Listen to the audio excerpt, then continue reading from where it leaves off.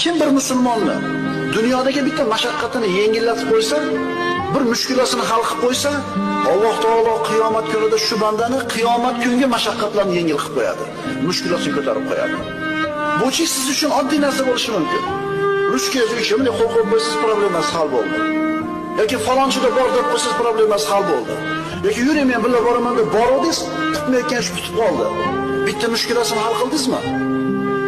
Qiyomat kunida Alloh sizning mushkulangizni hal qiladi. Ishoning, kichkina sanamang. Allohning yo'lida qilingan savobli amalning kichkinasi bo'lmaydi.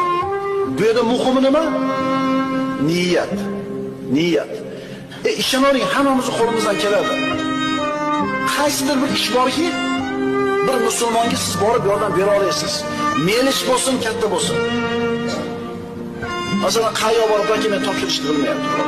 Masalan, dokumentini bilmaydi. Vaqtingiz bormi?